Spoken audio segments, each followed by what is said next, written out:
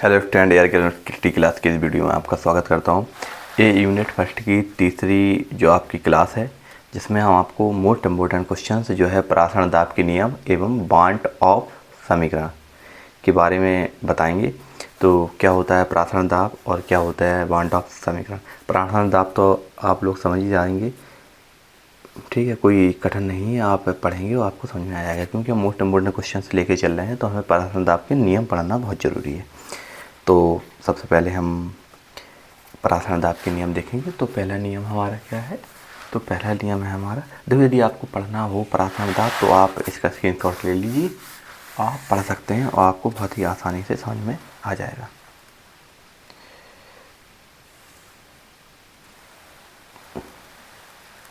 आपको परासरण दाब समझ में आ जाएगा, बहुत ही सरल है।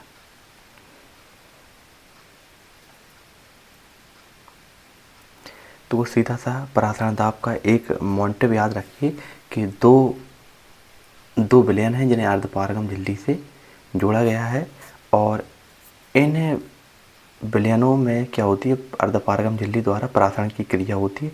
इस परासरण की क्रिया को रोकने के लिए जो बाहरी दाब लगाया जाता है उसे ही परासरण दाब कहते हैं। इतना आपको दिमाग में बैठाना है कि दो विलयन हैं जिन्हें हम अर्धपारगम झिल्ली द्वारा क्या कर रहे हैं, जोड़ रहे हैं, और अर्धपारगम झिल्ली द्वारा जोड़ रहे हैं, और इसमें परासरण की क्रिया प्रारंभ हो जाएगी, और परासरण की क्रिया को हम रोकने के लिए जो बाहरी दाब लगाएंगे उसे परासरण दाब कहेंगे। बस इतनी सी बात, इतना आप पूरा पढ़ लीजिए, आपको समझ में आ जाएगा। अब हम बात करते हैं परासरण दाब के नियम।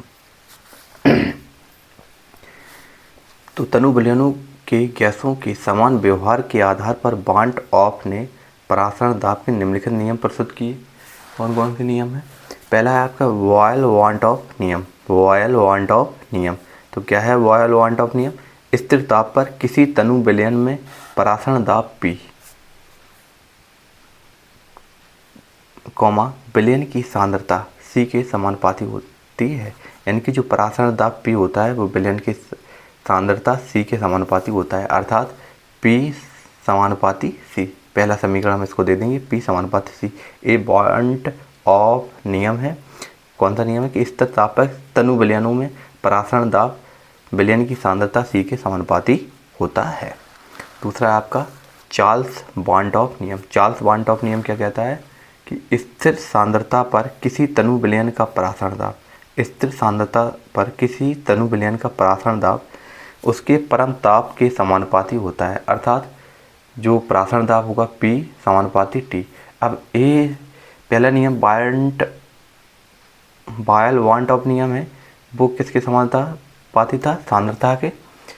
और ए आपके टेम्परेचर यानी कि परम ताप के समानुपाती है। तो दोनों हम नियम को क्या करेंगे, दोनों नियमों को हम संयुक्त कर देंगे, तो क्या होगा? P समानुपाती C T, यानी सांद्रता और परम ताप। समानुपाती का जब निशान हटता है या साइन हटाते हैं तो कोई हमें कांस्टेंट प्राप्त होता है। इसमें जो कांस्टेंट है वो R है, तो P = RCT। जो सांद्रता होती है वो हमेशा होती है मोल प्रति आयतन, यानी कि मोल प्रति लीटर भी कह सकते हैं, क्योंकि आयतन लीटर में होता है। तो मोल प्रति आयतन C बराबर होता है N/V। तो C की जगह हम क्या पुट कर देंगे? N/V। तो P = R × N/V × T। त्रिज्या गुणा कर देंगे तो P का गुणा P में हो जाएगा PV, और N को आगे लिख देंगे nRT। PV = nRT। ये आपका हो गया परासरण दाब का नियम।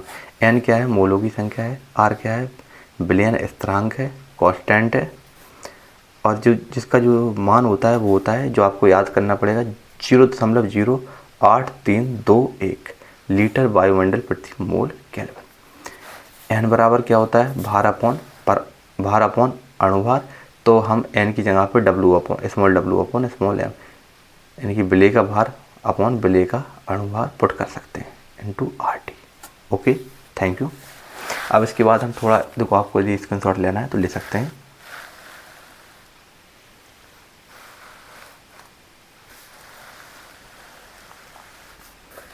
इसके बाद हम इसके एक सवाल देखेंगे, क्योंकि एक आध सवाल आदि बोर्ड एग्ज़ाम से पूछ लिया जाता है, तो आप निसंकोच उसे कर सकें। तो पहला है आपका बहुत ही मोस्ट इम्पोर्टेंट क्वेश्चन है जो सन 2023 में पूछा गया है। क्या है? एक प्रोटीन के 200 सेंटीमीटर घन जलीय विलयन में 1.26 ग्राम प्रोटीन है। एक प्रोटीन के 200 सेंटीमीटर क्यूब जलीय विलयन यानी कि विलयन क्या है? जो विलयन का जो आयतन है वो कितना है? 200 सेंटीमीटर क्यूब यानी कि घन। तो जो भी हो गया अपना 200 सेंटीमीटर क्यूब, टी किस लिए लगा दी है? विलयन के लिए, कोई दिक्कत नहीं है। 200 सेंटीमीटर क्यूब। अब इसे लीटर में चेंज करना है तो हम क्या करेंगे?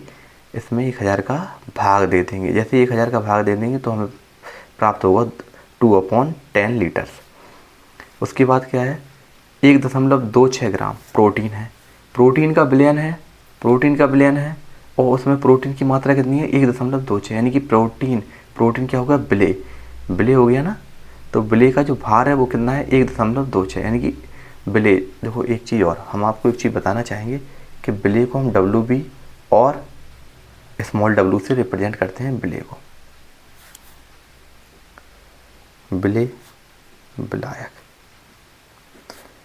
विलय का भार स्मॉल w, विलायक का भार कैपिटल W, विलय का अणुभार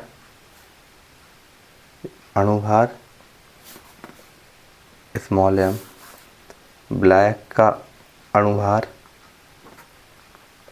कैपिटल M। समझ में आया? या तो और WBO से हम रिप्रेजेंट कर सकते हैं, ऐसे WA से रिप्रेजेंट कर सकते हैं, कोई दिक्कत नहीं है। वो जब मोलरता के केस में हम ऐसा करते हैं, मोलरता के केस में ऐसा करते हैं, क्योंकि वहाँ भी वहाँ पे अणुभार आ गया।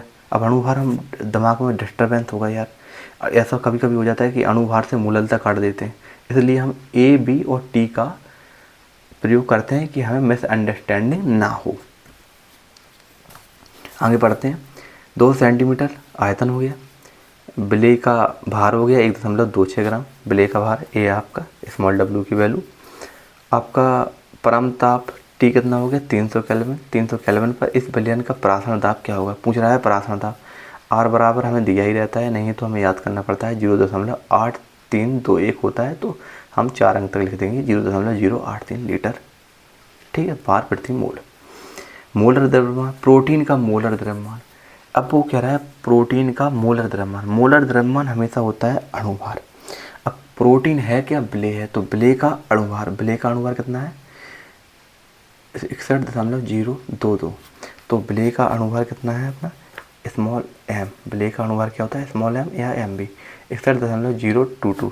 सूत्र लगाएंगे P= या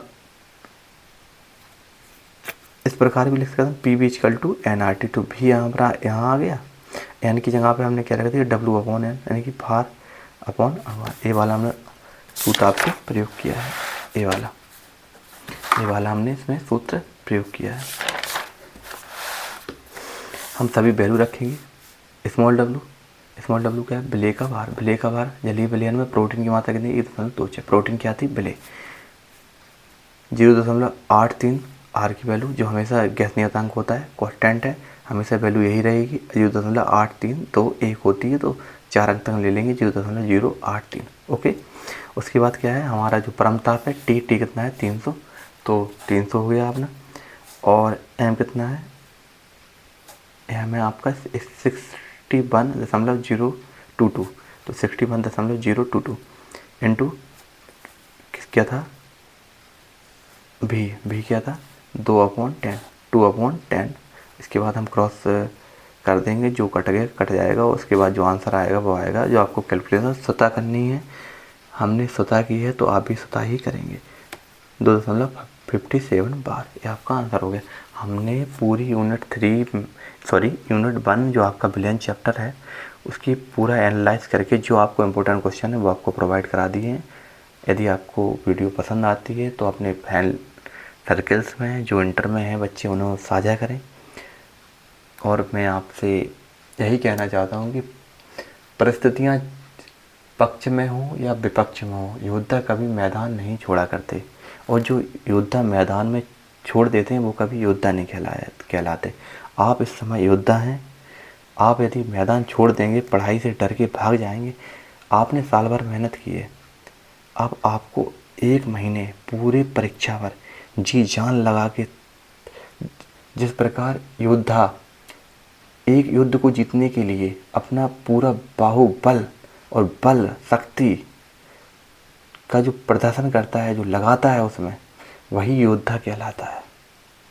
इसी प्रकार आप योद्धा हैं और आपने पूरा बल, शक्ति, स्मरण शक्ति आपको पढ़ाई में लगा देनी है पूरे एग्जाम भर। मैं इसी के साथ आपसे विदा लेता हूँ। धन्यवाद साथियों। भारत माता की जय। वंदे मातरम।